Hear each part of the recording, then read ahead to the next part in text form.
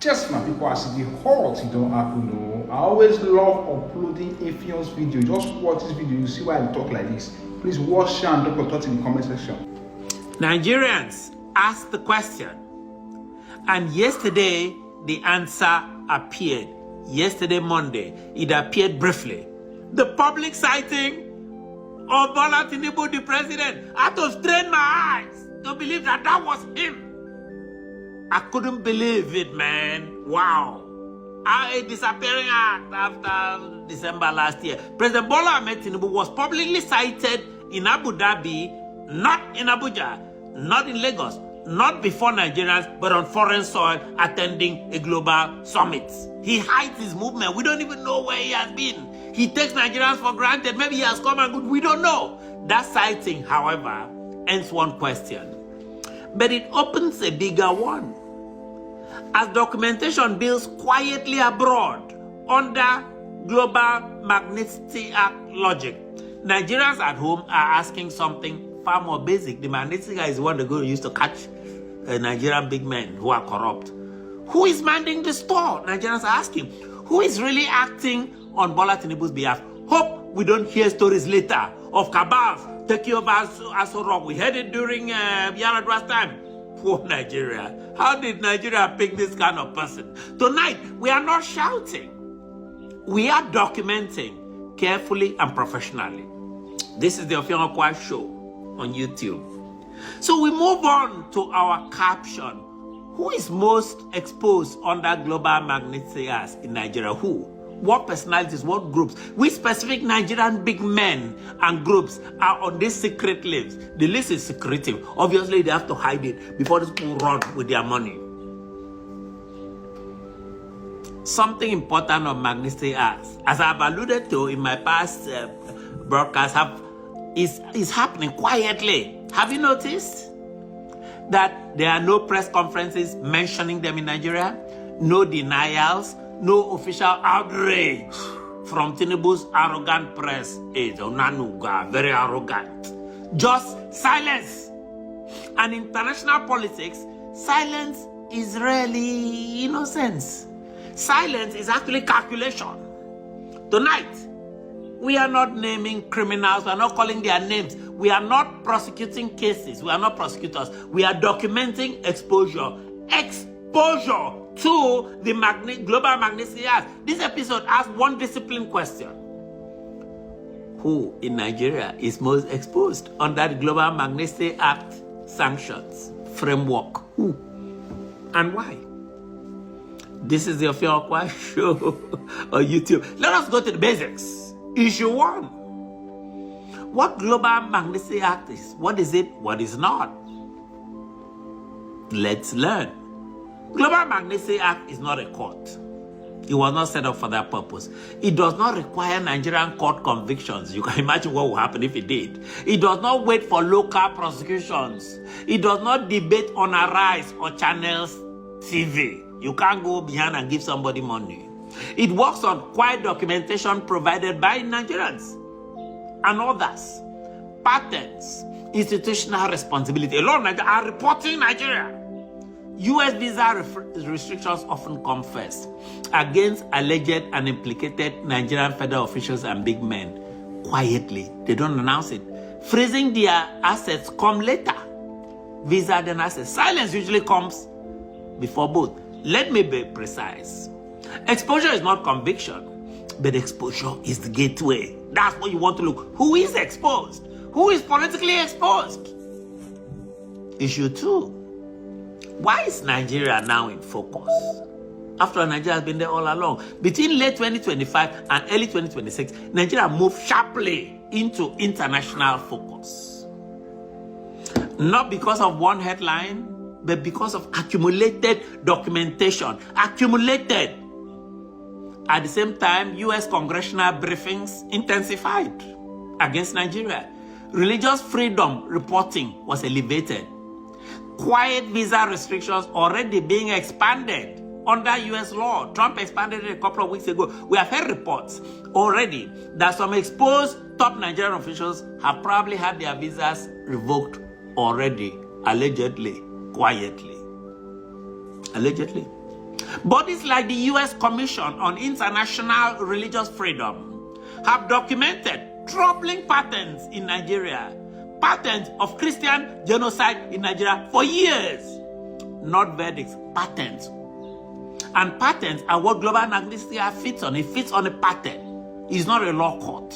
It can seize your property in the U.S. if there's a pattern. Issue 3. To be even more specific, the 12 northern states, there is systemic position in the 12 caliphate northern states. Let me be very careful here. No U.S. document so far has convicted any Nigerian governor. Not yet. By the way, you don't need to be convicted. What is under review are governance environments. They're looking at these environments in Nigeria, specifically states that are operating Sharia penal codes, blasphemy prosecutions, mob killings following religious accusations like you had in Sokoto and Deborah Samuel, weak or absent accountability afterwards, when afterwards nobody wanted to do anything. Under global Magnitsky logic, office holders are responsible, like those governors, for the system to control, the courts, the police, the prosecutors, security response. So if you are supervising a corrupt court, like a governor, you are in soup. You are in deep doo-doo. The Magnitsky could catch you. The above creates institutional exposure. The states, I'm going to name the states most frequently referenced: Bauchi, Borno, Gombe, Jigawa, Kaduna, Kano, Katsina, Kebbi, Niger, Sokoto, Yobe, and Zamfara. Let me repeat this clearly. Listing is not a conviction. I'm not convicting any of them. Exposure is not guilt. Silence is not proof, but it is strategy. It is strategy. At the end of the day, the US will decide. Trump will decide. This is not witch hunting. Nobody is carrying cutlass here, my brothers. This one is pure paperwork, documented paperwork. Issue 4. Why religious freedom cases move fast? They move really fast. Here is the uncomfortable truth, ladies and gentlemen. Religious freedom violations move faster than corruption cases. They move faster. In the United States, why? Because in religious cases, clear victims with names like Deborah Samuel, which we name and daughter, cleaner documentation, strong bipartisan consensus in Washington, D.C. There is a consensus. Once blasphemy sentences, mob killings, or prosecutorial failures are documented, the file becomes easy. It's easy for Trump to look and say, okay, this one, we are not allowing him in the U.S. For example, investigative reporting by Premium Times in Nigeria, citing EFCC court filings, alleges that Dr. Bello Bodejo, national president of Miyetti Allah Kauta Hore, received over $2.3 million on state-linked funds through off-bank channels. Allegations that remain before the court but illustrate the kind of documentation that drives Magnitsky exposure. That is an example. That is why officials in Nigeria don't argue lightly, quite loudly. Right now, they are consulting lawyers up and down quietly. I've heard a lot of your lawyers are being hired by these men in Nigeria. These days, after last Christmas, this is what they say. When a man suddenly stops talking, his lawyer has entered the room. That's why you see a lot of them who make a lot of noise. They're not talking. You're going to only hear about them moving up and down. Bridge leadership, visibility, and perception. Now, pause with me here. Because systems do not operate in a vacuum. They operate under leadership. So when things you talk about in Nigeria, no, the people who are leading it.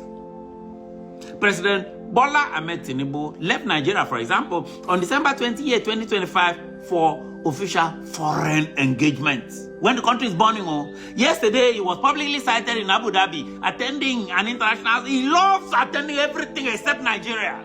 Why hasn't he gone to Sokoto? That citing of Bola Tinubu matters. Not because it is wrong, but because timing matters.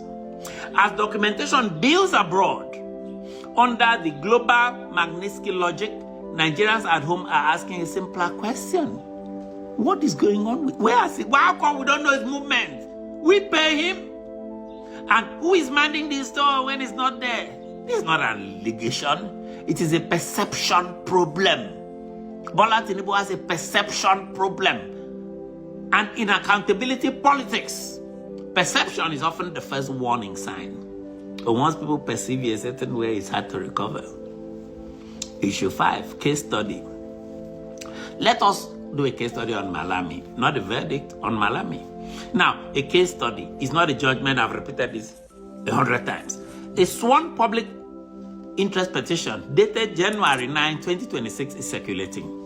It names former Attorney General Abubakar Malami, who used to run roughshod over everybody when Buhari was there. Let me be explicit. I'm not asserting the truth of these allegations. I'm only explaining to my audience how exposure pathways work. The petition alleges institutional failure to prosecute terror, financing, and drug-linked networks during his tenure. Magnitsky like that. Why does this matter? Because Global Magnitsky Act relies on this. It relies on sworn statements, corroborating witnesses, financial intelligence, trails, patterns of institutional obstruction. This is how names enter the international compliance systems long before court judgment. They can trace your bank account across the world. You think you can go and hide money in Dubai? They'll catch you. In our system, files slip. Abroad, files don't slip. Files travel. They travel. You've already found it out the hard way. Files travel. Issue 6. Why silence is rational? In a way, you can kind of get it. When exposure risk rises, national actors, like in Nigeria, they do 3 things. They reduce visibility, they avoid travel. Nigerian big men are scared of coming to the US these days. And they stop talking. Wow, about the US. This is not panic. This is legal advice being followed. They stop talking about Trump. Remember how in the Senate, Akpabio was, no, don't mention Trump, I don't want trouble. If you just joined us, this is documentation. This is not rumor. We are examining systems. We are not declaring guilt because it is systems that Magnitsky Act uses to penalize.